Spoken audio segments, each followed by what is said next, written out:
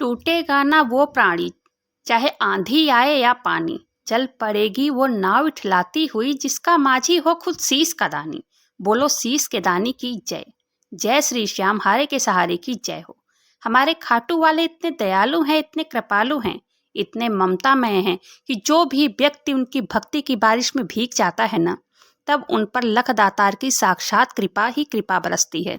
जो लोग सिर्फ उनके दर्शन कर लेते हैं, उनका जाप भी नहीं करते हैं, तो उनको भी छींटे लगने से बेड़ा पार तो हो ही जाता है। मतलब बाबा श्याम की कृपा उन पर भी बरसती है।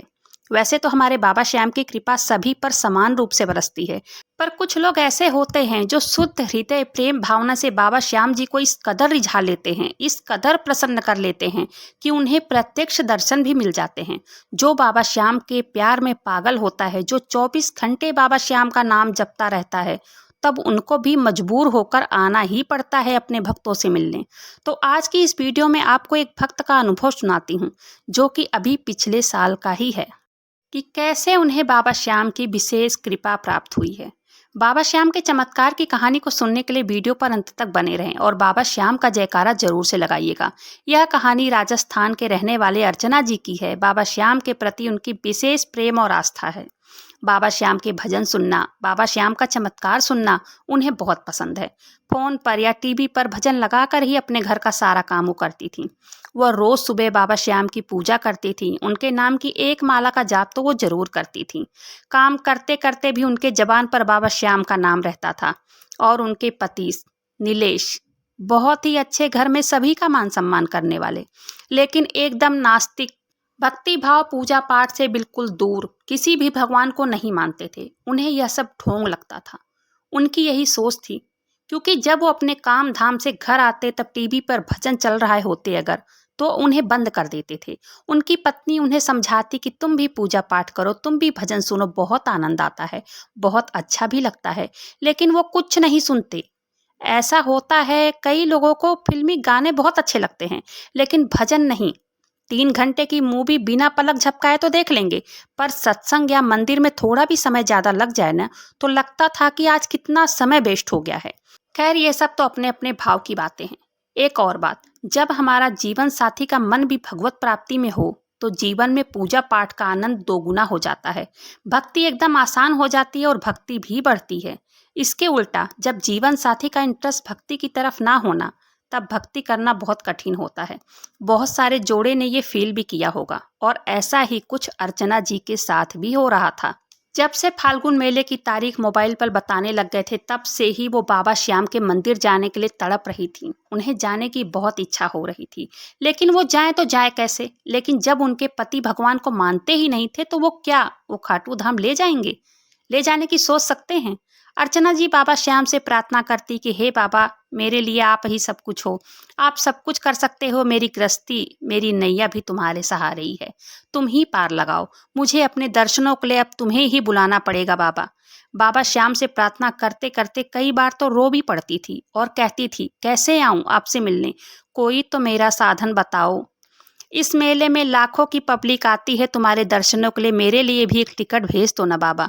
कभी कहती कि बाबा, क्या इस जीवन में कभी मैं तुम्हें दर्शन तुम्हारे पा पाऊंगी, तुम्हें कभी देख पाऊंगी बाबा, मुझे दर्शन दे दो। कभी कभी बाबा से लड़ भी जाती थी वो। एक बार की बात वो बताती हैं, रात में सब खाना पीना खाकर सोने चले गए, तब वो भी बिस्तर पर लेटे लेटे बाबा श्याम की सत्य कहानी की वीडियो अपने मोबाइल पर देख रही थी। और वो बताती हैं कि मैंने एक के बाद एक कई वीडियो देखे, 3-4 वीडियो लगातार मैंने देखा। और तभी उनके पति ने कहा कि ये क्या सच में होता है?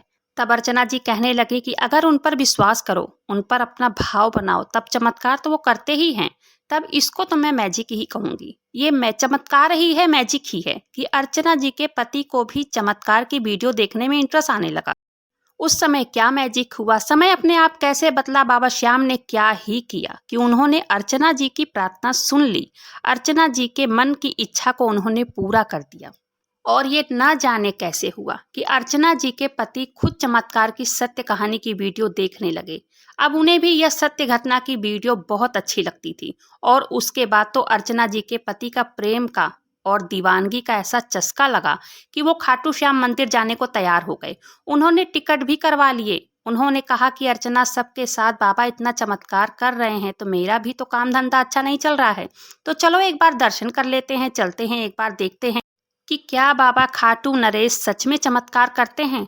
अब अर्चना के पति ने तो बाबा को चैलेंज ही कर दिया, मेरे खाटू वाले ऐसे ही हैं, कोई भी एक बार उनका नाम ले लेना तो उनको अपना दीवाना बना ही लेते हैं। कई बार ऐसा होता है ना, किसी चीज को हम बोल रहे होते हैं, सोच रहे होते हैं, तो वो बाबा श्याम मिनटों में पूरा कर देते हैं। अब तो अर्चना जी के खुशी का ठिकाना ही नहीं था। होता भी क्यों, बाबा श्याम का बुलावा जो आ गया था, बाबा श्याम ने उनके लिए टिकट भेज दिया था भाई। तब तो अपने पति और उनके एक बेटी है जो कि 8 साल की थी, तीनों चले गए दर्शन करने। और वहां पर पहुंचकर नहा धोकर रिंकस में ही सभी को उन्होंने देखा कि लोग निशान ले रहे हैं। तब अर्चना जी के मन में हुआ कि क्यों ना मैं भी निशान ले चलूं। तब उन्होंने अपने पति से कहा कि हम भी बाबा श्याम का निशान ले लें। तब उन्होंने वीडियो में तो देखा ही था कि निशान कैसे उठाते हैं, कैसे निशान की पूजा करते हैं। तब उनके पति ने कहा ठीक है ले लो। तब निशान ले लिया उन्होंने और यात्रा करने लगे। 18 किलोमीटर की यात्रा करके वो तोरण द्वार के नजदीक ही थे कि दाहिने तरफ से एक झुंड आया निशान लेकर के, और वो निशान के साथ जयकारा भी लगा रहे थे। और वो झुंड अर्चना जी के करीब से गुजरा और अर्चना जी की बच्ची का कुछ पता ही नहीं चला कि वो कहाँ चली गई। अर्चना जी और उनके पति पागलों की तरह रो रो कर अपनी बच्ची को ढूंढने लगे। बाबा श्याम के मंदिर में इतनी भीड़ थी, इतना श्याम नाम के नारे लग रहे थे कि वो चिल्ला चिल्ला कर अपनी बच्ची को पुकार रहे थे, लेकिन कोई आवाज़ सुनाई नहीं दे रही थी। वो रोए जा रही थी, करीब 1 से 1.5 घंटे हो गए थे, पागलों की तरह ढूंढे जा रही थी। तब अर्चना जी बाबा श्याम से गुहार लगाने लगी कि हे बाबा श्याम, मेरी लाज रखना, मेरी बच्ची मुझे वापस दे दो। पता है बाबा श्याम, मैं तो कहीं की नहीं रहूंगी, मेरे घर वाले भी मुझे, मेरे पति भी जीने नहीं देंगे। बाबा मेरी गोद, मेरी बच्ची डाल दो मेरी गोद में। बाबा मुझे तुमसे कुछ नहीं चाहिए बाबा, बस मेरी मुझे बच्ची दे दो। तब वो बिलक बिलक कर रो रही थी। तब एक पंडित के भेष में उनके पास एक बुजुर्ग आए और बोले तुम क्यों रो रही हो। तब वो कहने लगी कि बाबा मेरी बच्ची कहीं मिल नहीं रही है। तब वो सारी बातें उनको बताई, झुंड से कहीं गायब हो गई। तब वो कहने लगे कि बाबा श्याम के दरबार से कोई खाली हाथ नहीं जाता, बेटा रो मत तू, मंदिर के अंदर देखो, क्या पता झुंड के साथ वो भी वहां चली गई होगी। तब वो कहने लगे कि चलो मैं तुम्हारे साथ चलता हूँ, तब तुम घबराओ मत, मैं इसी मंदिर में रहता हूँ, मैं यहाँ का पंडित हूँ, तब तुम मेरे साथ चलो। तब वो और उनके पति उनके साथ चले गए। तब अर्चना जी बताती हैं कि वो रेलिंग के बगल से जो रास्ता जाता है ना, वहीं से जाते हुए वो हमारे आगे आगे चल रहे थे और हम उनके पीछे पीछे। तब जैसे जैसे हम बाबा श्याम के पास पहुंच रहे थे, तब दूर से ही हमारी बेटी बाबा के मंदिर के चौखट के पास बैठी हुई थी जहाँ पंडित जी बैठे थे। तब अर्चना जी और उनके पति दौड़कर अपनी बच्ची को गले से लगाते हुए रोने लगे। तब पंडित जी ने कहा कि आपकी बेटी है। तब वो कहने लगे कि हाँ पंडित जी, ये मेरी बेटी है। पंडित जी कहने लगे कि एक झुंड यहाँ पर आकर दर्शन करके जाने लगा, तब ये बच्ची यहीं पर रो रही थी। तब इससे मैंने पूछा कि क्यों रो रही हो। तब ये कहने लगे कि मेरे मम्मी पापा नहीं मिल रहे हैं। तब वो कहने लगे कि मैंने इसे अपने पास यहीं पर बिठा लिया, मैंने सोचा और ये कहीं भीड़ में खो ना जाए। तब अर्चना जी आगे लिखती हैं कि तब हमने उनका धन्यवाद किया, हमने कहा पंडित जी हम आपको धन्यवाद कर रहे हैं, कि पीछे मुड़कर हम उस पंडित को ढूंढने लगे जो पंडित हमें यहाँ तक लेके आए थे, लेकिन वो दिखाई ही नहीं दिए। तब हमने उन पंडित से पूछा कि और एक जो पंडित थे यहाँ पर जो रहते हैं वो कहाँ गए, हमें उनका भी धन्यवाद करना है। तब वो कहने लगे कि यहाँ के पुजारी हम 2 लोग ही हैं और कोई नहीं है। अर्चना जी के पति ने उनसे कहा कि नहीं, एक और पंडित है जो हमें यहाँ तक लेकर आए हैं। और ये तब वहाँ के पुजारी कहने लगे कि नहीं, आपको कोई भ्रम हुआ है, यहाँ बस हम 2 लोग बैठते हैं। तब अर्चना जी के पति ने अपने आंखों के सामने चमत्कार देख लिया था। तब से उनको बाबा श्याम के चमत्कार पर यकीन हो गया और अब वो बाबा श्याम के रंग में रंग गए हैं। अब उनका काम धंधा भी अच्छा चलता है और उनके बाद से न जाने कितनी बार वो बाबा श्याम के मंदिर पहुंचकर दर्शन भी किए।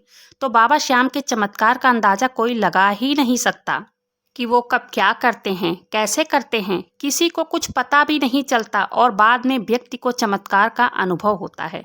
तो यह सत्य घटना यहीं पर समाप्त होती है। वीडियो पसंद आए तो वीडियो को लाइक करें, चैनल को सब्सक्राइब जरूर से करें, कमेंट बॉक्स में बाबा श्याम नाम का जयकारा जरूर से लगाएं। मिलते हैं फिर ऐसी किसी वीडियो में, तब तक के लिए जय श्री श्याम, हारे के सहारे की जय हो।